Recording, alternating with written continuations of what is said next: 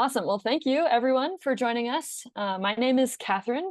I'm the program coordinator here at Earth Lab, and we are so excited to welcome you to our virtual information session to learn more about the Earth Data Analytics Professional Graduate Certificate Program hosted here at the University of Colorado in Boulder. And before I get started, I would just like to mention that we are recording this session. So if you need to leave early or if you'd like to come back and rewatch, you totally can. I will send out the link to the recording probably next week. If you need closed captions, you can enable them at the bottom of the screen in the Zoom window. And we are using Menti. So if you didn't get to answer the first question, we have a few other interactive questions throughout the presentation, and we'll give you instructions for how to join. So with that, I'm going to hand it off to Dr. Nathan Corderer, who is our education director here at Earth Lab, and he's going to give us a brief introduction of what we do. So go ahead, Nate. Awesome. Thank you, Catherine. Can everybody hear me okay out there in Zoom land? Awesome. Yeah, Catherine, thanks so much for putting this together, and we want to welcome everybody for joining us today and taking time out of your afternoon or evening or morning, depending upon where you're at on the globe, to join us. Like Catherine said, my name is Nate Corderer. I am the education director here at Earth Lab. I also split my time with another group called the Environmental Data Science Innovation and Inclusion Lab, or ESIL, which is this little logo that I have behind my head and Elsa has. I'll talk a little bit about ESIL as well. I'm going to talk a bit about what Earth Lab does and what our mission is here at Earth Lab. Earth Lab was launched by CU Boulder's Grand Challenge in fall of 2015, and so we're about to celebrate our 10th birthday in a year or so.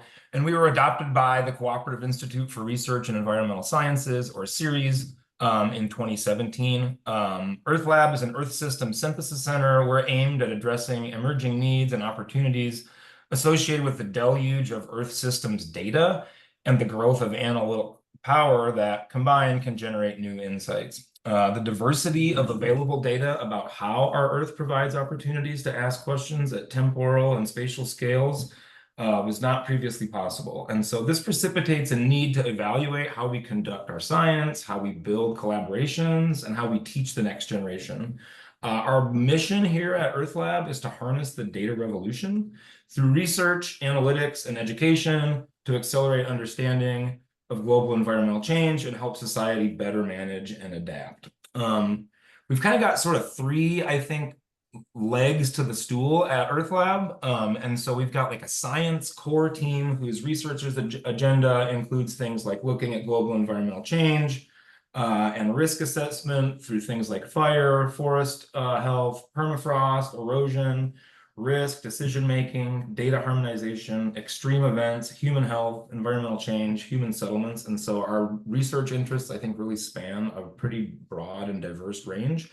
We also offer an analytics hub at Earth Lab that brings together computer scientists and statisticians, earth scientists and aerospace engineers to provide cyber infrastructure and computational solutions. And then the education team, which myself, Elsa, and Catherine are a part of, offers a professional graduate certificate program, which is what you're here to learn more about today. We also provide workshops and training for folks that are interested in leveling up their data science skills. We also provide paid internships through NSF-funded programs like the Earth Data Science Corps, which was intended to build capacity to teach and learn environmental data science at smaller minority-serving institutions, and we really focus on working with tribal colleges and universities. So I think that's a little bit about Earth Lab. Catherine, do you want me to say anything more, or do you think I forgot anything? I think you hit all three legs to the stool, Nate. So nice Awesome. job. Cool. Thank you so much. Great. Okay. So a little bit more about us at the education team, the education side of Earth Lab. So that was Nate. He's our director. We have Dr. Elsa Kohler here, who is our education trainer and our instructor for the certificate courses. My name is Catherine. I'm the program coordinator. And we also just welcomed Dr. Catherine Siegel, who is a new professor at CU. And if you decide to take the certificate program and start with us in the fall, you might get to meet her. So we're excited to have her join us. So here's our agenda of things we're going to talk about during this session. First, I'm going to give an overview of the certificate program. Then Dr. Kohler will walk us through the courses that we offer and the content for each of them. She'll talk a little bit about the capstone project, and then I will discuss career opportunities, the application process, the total cost of the program, and we'll answer all questions at the end. So if you have any questions, definitely save them. We'll have lots of time, and hopefully we will get to all of them. Okay, so now diving in, beginning with an overview of the program. So to earn the official certificate, you must take the 3 courses that we have here at EarthLab. They are 3 credits each for a total of 9 credits to complete the entire certificate. I should say, each course builds off of the previous one, so we do require that you take them in sequential order, 1 semester at a time. The fall course is Earth Analytics Data Science Bootcamp. So if you were to start with us this fall, that's the course you would take. Then in the spring, you would take Earth Analytics and Python, and in the summer, Earth Analytics Applications, which is where you complete the capstone project. The program can be completed entirely online, so you can do it from anywhere in the world, and it takes 3 full semesters, like I mentioned, or 1 academic year to complete the program. Most of our students either work full-time or part-time, or they're in another graduate program. So because of this, we try to build in a lot of flexibility to accommodate our students in their busy schedules. With that being said, if you decide to take the fall course this year and something comes up in life that makes you think you might want to take a year before taking the spring course, you're more than welcome to do that. We just ask that students complete all 3 courses within 3 years. And so again, this is us trying to be flexible in allowing our students to take the courses and learn as they see fit in their schedule. Okay, now we have a fun Menti question. So if you didn't get to join us for our first Menti question, you can now. So if you go to menti.com and type in this code at the top of your screen, we'd love to know how much experience you have with data science and or earth science. And so answers range from none, I'm a total newbie, to I'm a coding and science wizard. So we'd love to know a little bit more about our audience here today. Great, some people can code, some people are total newbies. That's awesome. Scientific backgrounds, great. We have 1 wizard in the room, that's awesome. A few people have taken a class or 2. A lot of people can already code, that's cool. Nice. Yay. Wow, most people can code. Amazing. Okay, awesome. Well, I'll keep going, but feel free to answer the questions. It should stay up on your screen, but regardless of how you answered that last question, I have good news, and that is that the certificate program is for you. So we designed the program for a variety of students and people of various skill levels. So whether you are a recent graduate, if you have some earth and environmental science experience already, if you're looking to make a career change, if you're interested in developing programming skills in data intensive science, or if you're a total beginner, this certificate program is for you. A lot of times we get asked if the program will be too easy if you already have some coding experience, and it sounds like a lot of you have, so this is for you. The answer to that question is no, because we find that it's unlikely that you will already be an expert in all of the tools that we use and all of the methods that we teach. And so your prior coding experience will definitely help you, but we like to think of the program as a way to round out your toolkit and learn more about how to use programming and data science in the context of earth and environmental science specifically. And that being said, we also have lots of beginners in our program every year, so it is definitely beginner friendly. Okay, in terms of time commitments, the fall bootcamp course requires that you attend a 90-minute session once per week. And there are different time sessions that you can choose from. I believe there's 4 different ones, so you can choose the one that works best in your schedule. And then there's additional content that we ask you to go through at your own pace, in addition to 3 to 5 hours of homework per week. The spring analytics course meets twice per week for 75 minutes each, and then there's an additional 3 to 5 hours of homework per week. And the summer applications course meets for 2.5 hours every week, and the rest of your time is spent working on your capstone project with your group. And so this can be flexible working time, whatever works best in your schedule. A quick note here is that all of our live class sessions are recorded. So if you are in a different time zone where attending a class every week is hard for you, or if life happens and something comes up, you can certainly miss a class and come back and watch it later. We just ask that you work with our instructors to make sure that you're not falling behind and are keeping up with the course material. Okay. And with that, I'm going to hand it off to Dr. Elsa Kohler to walk us through our courses and content. So go ahead, Elsa. Hi, everybody. Thanks so much, Catherine. So we have built these courses around a number of principles. So I'm going to walk through those and hopefully give you a more well-rounded idea of our approach and what we cover.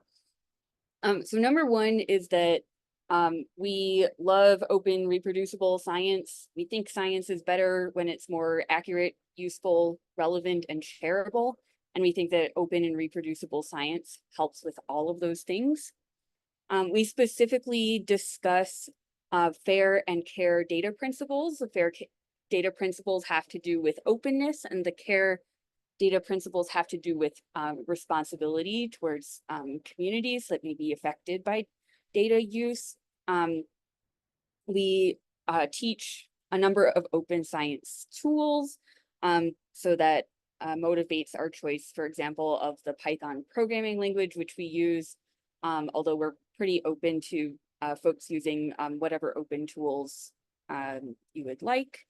And we also focus on effective science communication from the very beginning, so that you can make sure that your science gets out to people who need to hear about it. So number two, like Nate said, harnessing the Earth and environmental data revolution. NASA collects more than 4 terabytes of Earth observation data per day. You know, that's growing all the time as new satellites get launched and much higher resolution satellites get launched. Many scientists, however, have little or no practical computer programming or big data skills. And we have seen a number of papers and other kinds of sources reporting that institutions are, for the most part, not meeting data analysis training needs. And so with our program, we hope you will join the next generation of Earth scientists in analyzing the enormous wealth, deluge, like Nate said, of in situ field remote sensing and model data to understand our planet. And we focus on transferable computational skills. Python, right, is the one that we focus on the most. It's the tool of choice for most folks in open Earth data science, especially as you start to get into larger data, especially as you start to get into climate data. There's been a big shift towards Python, and industry folks have been focused on Python for quite some time. But in that context, we teach code design, how to think through how to build up code, debugging skills, reading and writing documentation, and AI-assisted coding.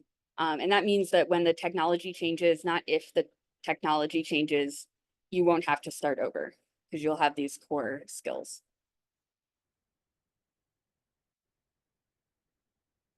Okay, so moving on to clean code and version control for effective collaboration.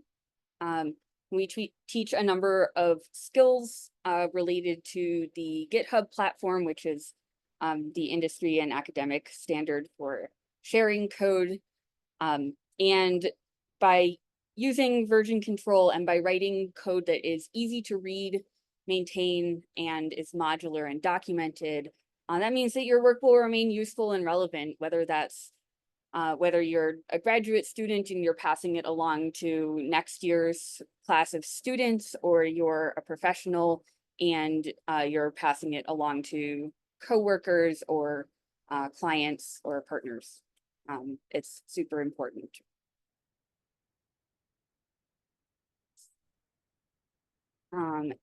And we're not just teaching technical skills here. We really want everybody to be able to get out your message and share what's important about what you're doing with colleagues, managers, journalists, academics too, but not just academics. And we cover a number of specific and actionable science messaging skills throughout the year. So this should become second nature by the end of the year.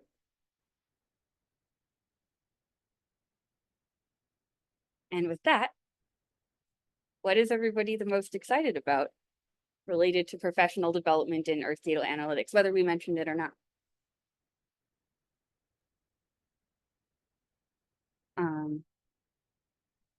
So if you go to menti.com, if you haven't already, and type in the code at the top of the screen, definitely answer this question. We'd love to know. It could be anything else that just talked about. So whether it's learning Python, learning how to communicate science. Yep. Any and all the above. Nanette, I do see your question. Should we put a pin in that, Catherine, till the end? Yeah, sure. Okay. We can talk about that at the end. Yeah. We definitely Transferable get that a skills. lot from academics. There's still a big contingent that that uses R quite a bit. Awesome. Python, transferable skills, data visualization, career change. Excellent. Climate resilience. Shout out to the hydrology.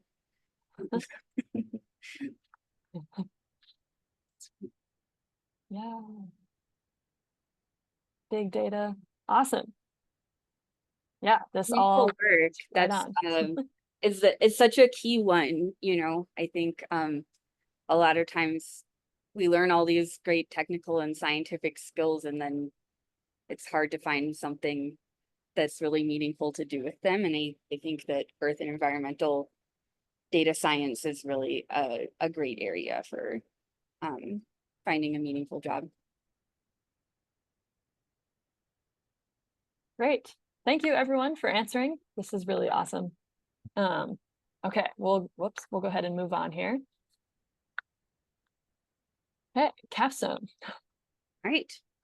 So we really strongly believe in project-based learning, and that's actually from the very first semester. We're always doing hands-on assignments, but where that really hits is the capstone project, which is 20 weeks of the course. It's the entire summer course, plus about half of the spring course is devoted to the capstone projects and putting your skills into action. So a lot of our students tell us that their new skills don't really click until they start working on their own projects. And that's what we see in folks' work too.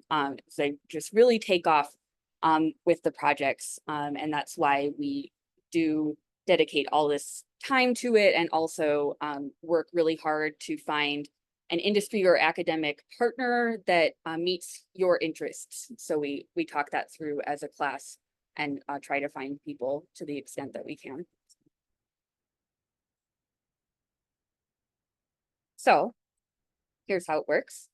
First, we explore your interests. So that tends to happen at the beginning of the spring semester or a little bit earlier in the fall. And then we reach out to our network through EarthLab to find project partners working in a similar way. And then you complete the project with our support and guidance, as well as that of your project partners. And you know, student projects are one of our main inspirations for developing new curriculum. And so we love to help out solving with technical problems that are projects, and then turn that into curriculum for next year. And it really helps us stay at the forefront of what people are interested in and need to learn. And this gorgeous image was created by two of our students, Avra Saslo and Kristen Torelli, using satellite imagery. And they also incorporated some stream gauge and stream discharge data in order to better understand the correlation between flood extent and discharge. So you can see this this Mississippi River near Vicksburg, not flooded, and then pretty extremely flooded there on the right.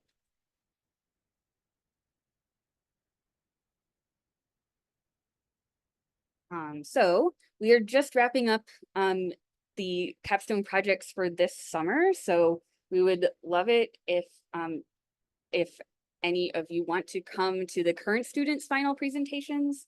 And you'll get a taste of what the capstone projects are like.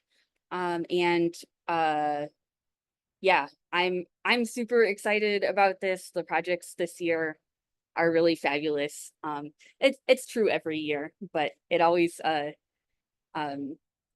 exceeds our expectations. So we're really excited about this.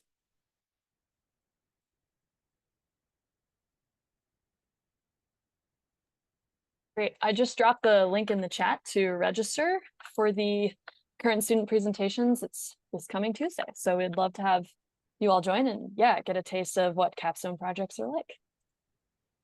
Okay. Great. So I'm going to talk briefly about some career opportunities that come from the certificate program and that we try to prepare you all for by taking the certificate courses.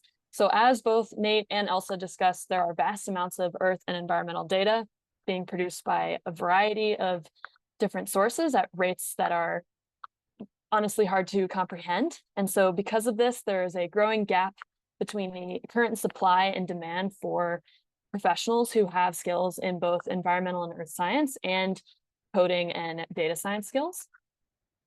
And so that's what we're trying to address with this certificate program, is to provide professionals with the skills to be able to handle this earth and environmental data and extract meaning from it. Data science jobs also pay really well and sit on the market longer than average. So this is a great field to enter if you're looking for job security. And through the program, we really hope that you use the skills that you'll learn to become a data scientist or analyst, a geospatial analyst or developer, a GIS technician, or a remote sensing scientist or analyst. These are some of the job titles that our graduates end up working in. And so we hope that you could fall into a similar role. Cool. And so now I'm going to talk about the application process. It's pretty straightforward, but I'll just run through it quickly in case anyone is confused. But first, you'll need to navigate to our application, which if you go to earthlab.colorado.edu and find the Apply Here button located under Application Details, that will take you to this page. This is CU's non-degree graduate certificate application. So you just make sure that you select Fall 2024 and then hit Start Application. And that will prompt you to create an account within the application portal, and then you'll hit Start New Application again, and then Open Application, and the dates will be correct. It will say 2024.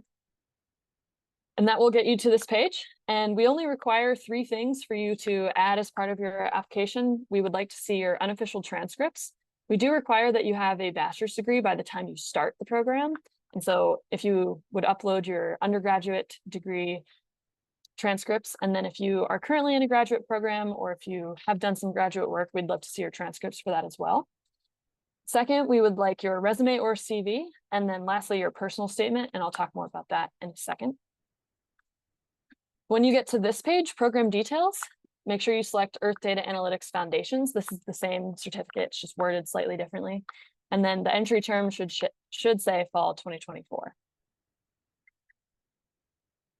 For your personal statement, we just ask that you answer this question in 400 words or less. So why have you chosen this program and how does it align with your future career goals?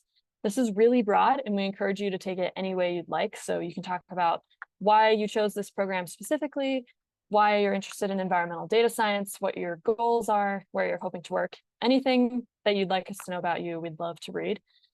So yeah, we look forward to reading those. And our application deadline for this year is August 9th. So submit your application anytime before then, and you're more than welcome to email us if you have any questions along the way. Okay, and lastly, I'll just go over tuition quickly. So these are the tuition amounts per course for in-state, out-of-state, and international students. You can see the rates shown here. Tuition follows the University of Colorado Boulder's continuing education rates and policies. And so what that means is that you are charged tuition on a class-by-class basis instead of paying for the entire certificate up front. And for a lot of our students, we find that this really provides more of that flexibility in being able to take one class at a time and decide whether or not if the certificate program is right for you. And before you move on to the second class and pay for tuition for the second class. So again, you pay for one class at a time as you go through each of the 3 classes. And with that, I think that's all we have. So we have lots of time for questions. So I know we had a few in the chat, but if you go to menti.com, again, with the same code, you can definitely type in questions and I think we'll be able to answer all of them. Let's see. I can jump in with the questions we had in the chat. So we had a, how does Python compare to R? Is it the same difficulty? I would say that Python is quite similar to R. There's a few, key differences that you'll notice when you're getting started with both of them. And then there's also probably, as you get more expert in Python and R, the approaches are a little different. But one of our data scientists started out with R and put off learning Python for a really long time because it was scary to learn another programming language. And then he says he was just so annoyed when he finally started learning Python because it was so similar. So it is, and learning one definitely helps with the other. And in terms of I guess advantages and disadvantages, we're having a little bit of comment about that. So the scientific communities, especially Lily, like you're saying, in social sciences, and fields that have very specific statistical methods, a lot of those are implemented in R rather than Python. Where Python really shines is with its kind of industrial strength packages for working with spatial data, working with big data, machine learning and AI applications, and developing software is something that's pretty challenging to do with R, and Python is much more built for that. And then what level of math should we have coming into this? That's a great question. We like with coding, we don't expect any particular level of math other than, having an undergraduate degree usually has some kind of math requirement. It's certainly, if you know a lot of statistics and math, you'll certainly see a lot of connections right away between the Earth analytics methods that we use and that math. It's also a lot of folks come in with some pretty in-depth geometry knowledge because we do get a lot of folks who are in the GIS world, and so you need to understand some geometry to work with coordinates. But we'll go over all of that. And one of the great things about project-based learning is that we don't have to cover all of the math in the world. We just need to cover the math that you need for your project, and we do have our experts there to make sure that we are covering anything that's essential for what you are doing.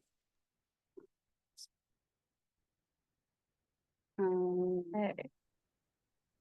Also in the chat, is there any fee waiver? Not too sure about fee waiver. I don't believe so. Yeah, so I'm not, I guess, is it like a registration fee waiver? Not sure. If you, Rohit, if I'm pronouncing your name correctly, if you could clarify, we definitely come back and answer your question. I'm a current CU student. Will my tuition be covered? I would check with your department, depends on which department you are doing your graduate program in, to see if it would be, if you could take our courses as part of an elective and get elective credits for it. It can get a little confusing depending on which program you're in, so I would suggest reaching out to us at earth.lab@colorado.edu and we can answer your questions a bit better. What else?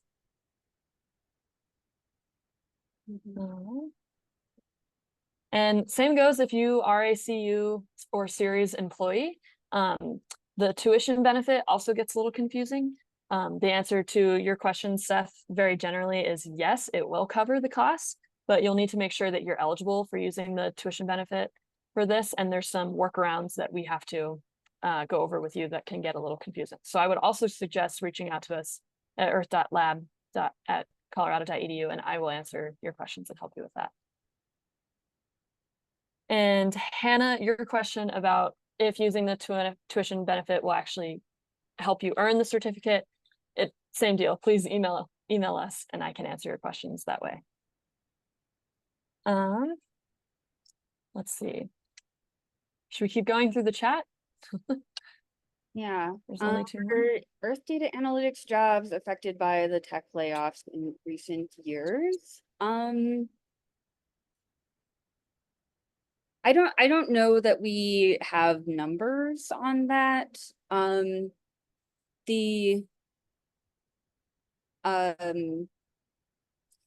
guess I think a lot of the we're still seeing like we said, the kind of driving impulse behind these Earth analytics kind of positions is still happening, right? Like that data deluge pipe is still open. And we also are starting to see more legislation kind of around the world about that, require sustainability plans in terms of water or natural disasters and other things. And so all of those are going to mean that they need to hire someone to determine what sustainable means in like the actual world. So we still see a number of trends that are promising, and we've had a number of students go through job searches during and after the program with some pretty good success. So yeah, that's.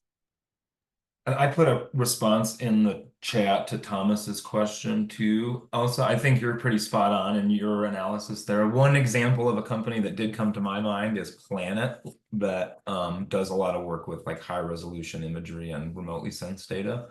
And they did lay off a chunk of their workforce recently. That's one example that I can think of, but others are not coming to mind. And I think part of the reason that Planet was even on my radar, pardon the pun, is that we've got some folks that used to work at Earth Lab who are still working at Planet and avoided those layoffs. But I don't know if anybody else is aware of any other examples, or if anybody wants to put anything in the chat. And I guess I would also say in terms of the job market, like, I mean, again, we're not having like thousands of people come through every year, so we can't like give statistics on this, but like what I'm seeing in terms of like students getting jobs is that like while people may be having less success in the tech sector, they're having more success in kind of government sectors. And so we're seeing these huge investments for like climate ready workforce and things like that from the federal government and from states in the US. So it might require a little bit of creativity in terms of finding which positions are most open. But Also, sorry to interrupt. I was going to mention too. Do you think it's worth mentioning also? Like, I know we don't have like a complete list necessarily, but it'd be worth mentioning like some of the organizations that folks who are working full time and then taking the certificate program. Like, what are some places where folks are working at, like in industry and in other places that you might give examples of? Yeah, 100%. We have folks at the USGS. We've had folks from the let's see, we had a student who started out with the with a county government in Colorado, and then started recently in a new position with the city of Boulder. We've got Um,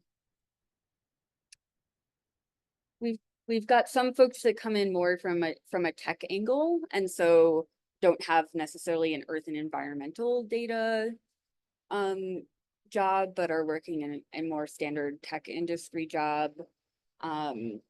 We've had folks who are working as firefighters, and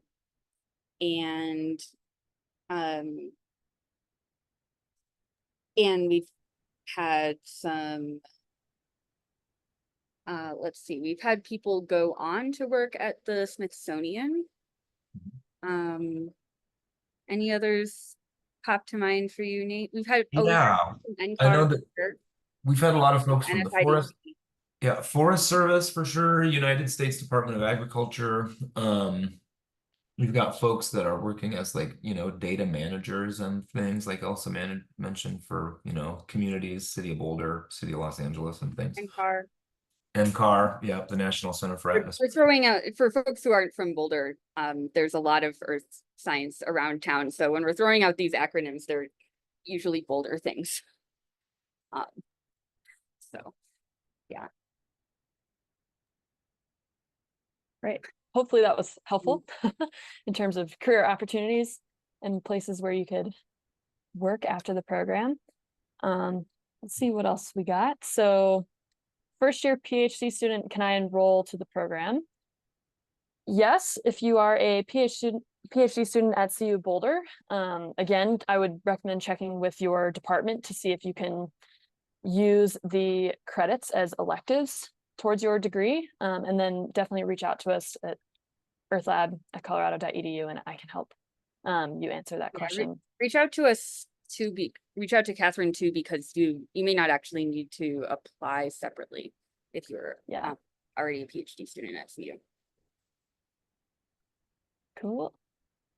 And looks like we got the fee waiver question answered. Are the classes only offered in the fall, spring, and then summer? Yes. So our instructor, Elsa, only teaches one of our courses each semester. So they are boot camp in the fall, analytics in the spring, and capstone in the summer. Unfortunately, this time we cannot start in the spring or the summer. So you must begin in the fall. That's a good question. Thank you for checking that. We do, as Catherine says, try to be very flexible with people in terms of if you end up needing more time to finish things up, we can help out with that. But it's easiest for everybody if the default is trying to finish there on time, but we try to be very flexible. Great. Okay, I think we got all of them in the chat. So let's move to Menti now. So when will students know if they have been accepted? We accept students on a rolling basis. So I would say within a week or two of submitting your application, you will hear back. The application deadline, as a reminder, is August 9th. So please submit your application by then, and you would know if you were accepted within a week or so after that. Okay. Are the credits transferable to a master's in data science? I would say check with the institution at which you are pursuing your master's in data science. It depends. Here at CU Boulder, I know we are in the works of trying to develop a master's program at some point in the next several years. So if you are interested in that, I can't give you too much more information, but at some point in the next few years, we hope to have a master's program set up. And yes, these courses would be transferable towards that degree here at CU. I hope that helps answer that. How many students have earned the certificate since its inception? What is their hire and promotion rate upon earning the certificate, and what sorts of companies do they join? Well, we talked about the different places where our students are employed. How many have earned the certificate? I think we're at 50 something. I think a little less than that. Yeah, I think it's like 35 or 40. Mm-hmm. Really? I thought it was. Yep. We're in the under 50 for sure then. And their hire and promotion rate. Elsa, do you happen to know that by chance? I'm not sure. I don't think we have numbers on that. Yeah, we're pretty much, I mean, it's low numbers anyway, so it's all going to be kind of anecdotal. But we've definitely had students get new jobs like even while in the program. And we usually, we've served as references for several students, either for applying to graduate programs or for applying to new jobs. So, yeah, I don't know if all of the students tell us everything, but we definitely hear back pretty regularly that folks are using their skills in their job, for sure. Okay. How deep of a dive do the courses take into statistics and understanding when to apply different methods, statistical methods to questions?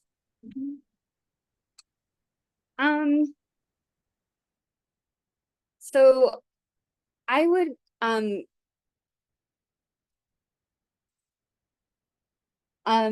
so it's a little bit hard to say, and the reason is because the program is very project-based. So we definitely have had students who are using different kinds of models or statistical methods in their projects and learn a lot about the specific methods that they're applying. For example, right now, we have some students who are using unsupervised classification in their final project to study forest heterogeneity, and are getting a pretty deep dive into that. In terms of the sort of examples that we give, we do talk through some statistical methods, but none of our courses are statistical methods courses or machine learning courses. So I think that you would be well placed to benefit from those sort of courses after taking our courses, and that having taken those courses would benefit you in our courses as well. But we are not going to be like proving a lot of theorems or anything like that. And in general, our approach to things like statistics and machine learning is to cover over the assumptions that the models are making and like what different kinds of results might mean about whether those assumptions are being met or not. So yeah, definitely getting into like when to apply different statistical methods to questions, rather than like jumping into sort of theoretical statistics. So hopefully that's helpful. Great, thanks, Elsa. Okay, keep going here. Hoping to start a PhD in earth science in fall of 2025. Could these courses count towards a degree at CU? I don't want to take redundant coursework.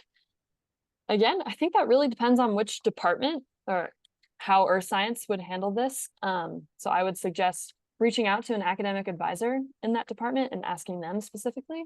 I'm not sure.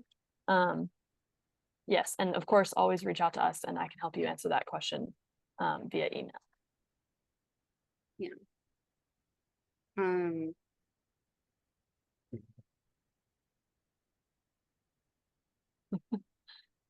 Okay, so if you are doing a total career pivot, is how I interpret this question. Is this a good place to start to find work in environmental science? I would say yes, and given the fact that we do tailor our program to total beginners, as well as some people who have some either earth or data science experience. So yes, you can certainly begin your career here. We do have some students who are in the middle of a total career change. So yes, to answer your question. Do you have anything to add? Some from recently, we've had high school teachers come to the program and make a career pivot. We have had some students this year who were in I guess maybe you wouldn't consider tech to be totally unrelated, but not in earth science at all. And yeah, so it's definitely I think a good place to start for sure. Great. Okay. What is the acceptance rate to the program and what is the average enrollment? So we try to accept as many students as we can to the program. We don't really have a ton of requirements other than we ask that you have a bachelor's degree and a GPA above 3.0, I believe. But even if it's below that, we still encourage you to apply. We really try to read through each application that we receive, and we'll consider various circumstances. If you have a GPA that's lower than 3.0, we welcome you to explain why. So I would say our acceptance rate is close to 100%, in the 90s for sure. And the average enrollment, I think our highest enrollment we've had in recent years was 20 or 18 certificate students. I would say the average is probably between 10 and 15. How's that sound to you, Elsa? Does that sound right? Yeah, I think so. We usually have more folks in the fall course, especially more like main campus or degree seeking graduate students from CU and staff members. We'll have a lot of folks take the first course, but yeah, then we're looking at about 10 to 15 for the full certificate. Cool. Okay. Is there anyone you would say wouldn't be a good fit for the program, or the program wouldn't be a good fit for them? I would say this is really a personal question. I think I would encourage everyone to really think about their goals in terms of like what you hope to do after the certificate, and think about whether or not the certificate can help you achieve those goals. And so everything that Elsa and Nate talked about today in terms of what kind of jobs you can get after the program, what the certificate will really teach you, I would highly suggest being strategic and deciding what kinds of skills are required at each job that you're interested in, and then can you learn those skills through the certificate program. And so for some people, maybe it's not a good match, and that's totally fine. But in terms of like any level of skill set that you already have, so again, if you're a total beginner or if you already know how to code, then yes, this certificate can be for you. I hope that answers the question. Do you guys have anything to add? Yeah, I mean, I would say like, I don't know, if you are already working for like a NASA data center or something like that, then you probably know everything that we teach. But in general, we find that folks have not even folks with degrees in the earth sciences area have not had a lot of training in terms of the industry standard practices about collaboration and version control, and also writing reproducible code. And so we do think there is a lot in there for even for folks who have a pretty significant background in the area.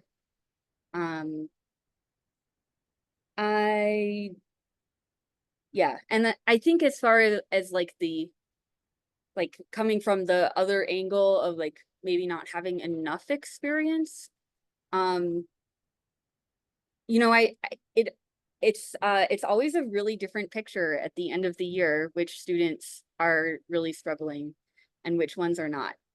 You know, so a lot of it has to do with, you know, what you're able to put into it. So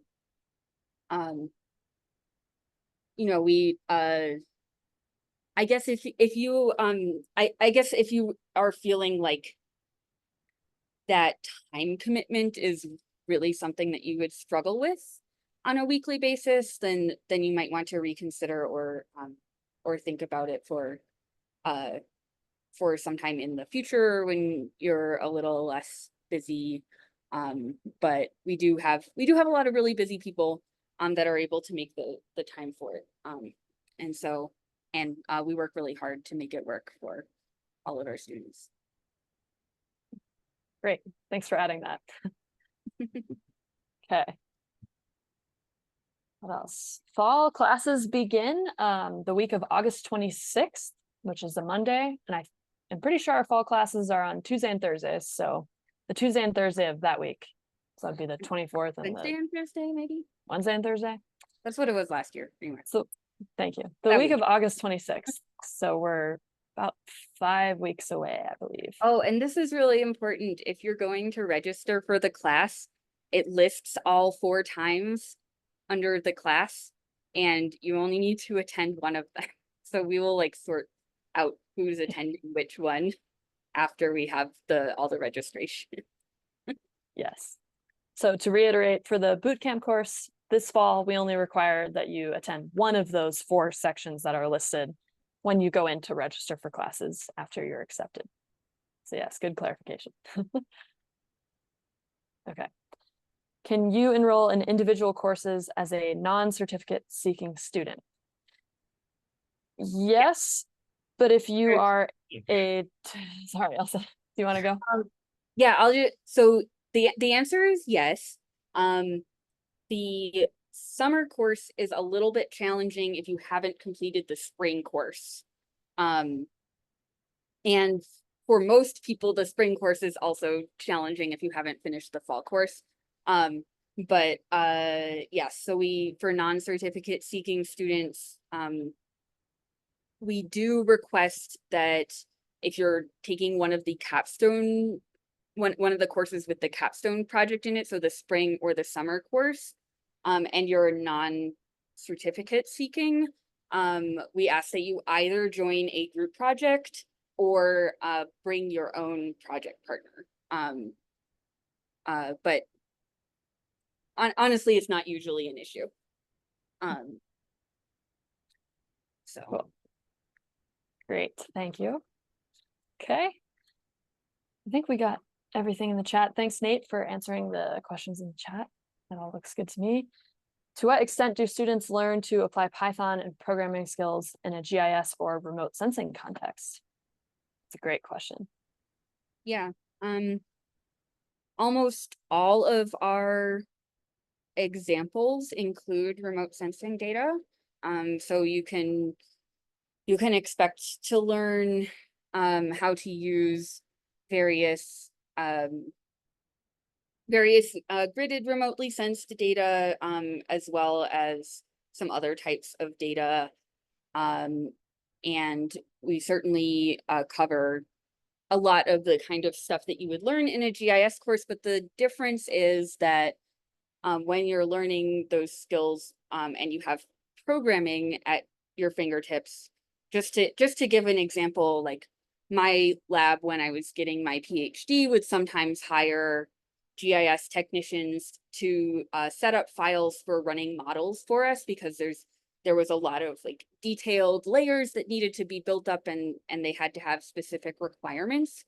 So we would hire someone to do that with GIS software.